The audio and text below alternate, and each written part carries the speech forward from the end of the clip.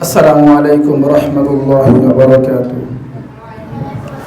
الحمد لله وحده والصلاة والسلام على من لا نبي بعده. أما بعد فأعوذ بالله من الشيطان الرجيم. بسم الله الرحمن الرحيم. قال يا بني إني أرى في المنام أني أذبحك فانظر ماذا ترى. قال يا أبت افعل ما تؤمر ستجدني إن شاء الله من الصابرين أو كما قال عليه الصلاة والسلام. মার্কাজুল কোরআন ওয়াস সুন্নাহ কর্তৃক আয়োজিত পবিত্র ঈদুল আজহা উপলক্ষে এই মুহদিস সেমিনারের সম্মানিত সভাপতি, বিজ্ঞ বিচারক মণ্ডলী ও আমার সামনে দূর দূরান্ত থেকে আলেম পিপাসু ছাত্র ভাইরা সবাইকে জানাই আমার অন্তরের অন্তঃস্থল থেকে মোবারকবাদ। আমার আজকের আলোচ্য বিষয় হচ্ছে হযরত ইব্রাহিম আলাইহিস সালাতু ওয়াস সালামের ত্যাগ কুরবানি কি ছিল। সাইয়্যিদুনা হযরত ইব্রাহিম আলাইহিস সালাতু ওয়াস সালাম যখন 80 বছর বয়স পদার্পণ হলেন তখন আল্লাহ রাব্বুল আলামিন তাকে একটি পুত্র সন্তান দান করেন।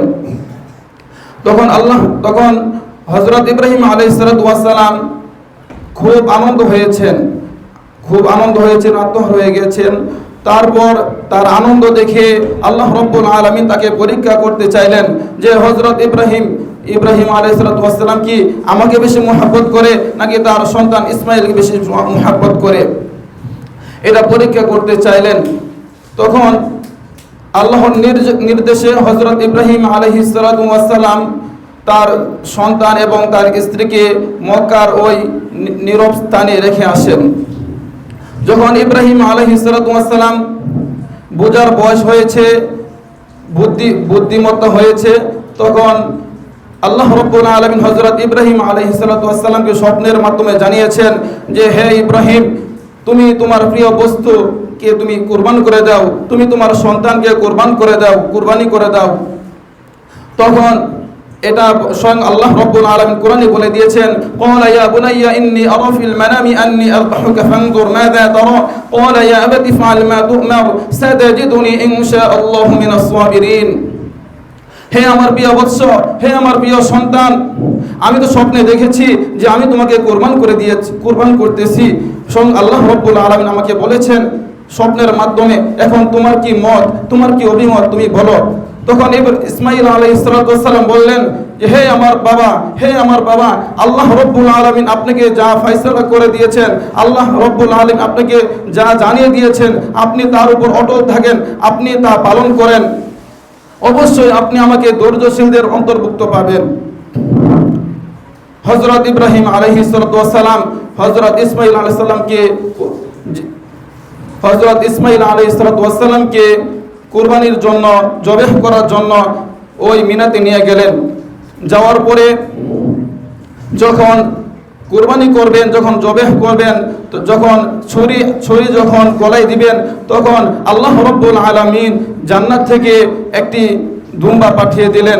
হে ইব্রাহিম, তুমি তোমার সন্তানকে কুরবান করো না, কারণ তুমি তো সফল হয়ে গেছো, কারণ আমি তো তোমাকে পরীক্ষা করার জন্য তুমি কি আমাকে বেশি মুহাব্বত করো নাকি তোমার সন্তানকে বেশি মুহাব্বত করো, এজন্যই আমি তোমার সন্তানকে কুরবানি করার জন্য বলেছিলাম, কিন্তু তুমি এখন সফল হয়ে গিয়েছো। হে ইব্রাহিম, তুমি তোমার সন্তানকে কুরবানি করো না, তুমি তোমার যে জান্নাত থেকে আমি যে তোমাকে দুম্বা দিয়েছি, এই দুম্বাটি তুমি কুরবানি করে দাও। মুহতারাম হাজিরিন, এখানে যদি হযরত ইব্রাহিম আলাইহিস সালাতু ওয়াস সালাম যদি কুরবান হয়ে যেত তাহলে প্রত্যেক ঈদুল আজহারের দিনে প্রত্যেক বাবাকে একটি করে সন্তান কুরবানি করা ওয়াজিব হয়ে যেত, কিন্তু আল্লাহ পাক রব্বুল আলামিন তা করেননি। আল্লাহ পাক রব্বুল আলামিন দেখেছে সে কি আমাকে বেশি ভালোবাসে, সে কি আমাকে বেশি মুহাব্বত করে নাকি সন্তানকে বেশি মুহাব্বত করে। তাহলে ওই সময় ইব্রাহিম আলাইহিস সালাতু ওয়াস সালাম ওই পরীক্ষায় পাশ হয়ে গেলেন, ওই পরীক্ষায় উত্তীর্ণ হয়ে গেলেন। এখন এখানে আমাদের শিক্ষা হচ্ছে এখানে যে যারা মুমিন, যারা খাঁটি মুমিন হচ্ছে আমার জীবন, আমার মরণ সবকিছু আল্লাহর জন্য থাকতে হবে। তাহলে মুমিনের শিক্ষা এখান থেকে এটাই যে আমার জীবন, আমার মরণ একমাত্র আল্লাহর জন্য করতে হবে। এবং এখানে আমার যে প্রিয় বস্তু আছে, আমার সন্তান, আমার সন্ততি, আমার মা বাবা, তারা হচ্ছে দুনিয়ার মধ্যে সবচেয়ে আপন। এই সবচেয়ে আপন মানুষদেরকে বেশি বেশি মুহাব্বত করতে হবে, নাকি আল্লাহকে মুহাব্বত করতে হবে? এখানে সব কিছু ত্যাগ করে হলেও, সব কিছু ত্যাগ করে যখন আমি আল্লাহ রব্বুল আলামিনকে বেশি মুহাব্বত করতে পারবো, ভালোবাসতে পারবো, আমার জীবনের চেয়ে বেশি মুহাব্বত করতে পারবো, জীবনের চেয়ে বেশি ভালোবাসতে পারবো, তখন আমি খাঁটি মুমিন হতে পারবো। আর যদি আমি ত্যাগ করতে না পারি, আমি আমার জীবনকে ত্যাগ করতে না পারি, আমি আমার সন্তানকে ত্যাগ করতে না পারি, আমি যদি আমার মা বাবাকে ত্যাগ করতে না পারি, তাহলে আমি খাঁটি মুমিন হতে পারবো না।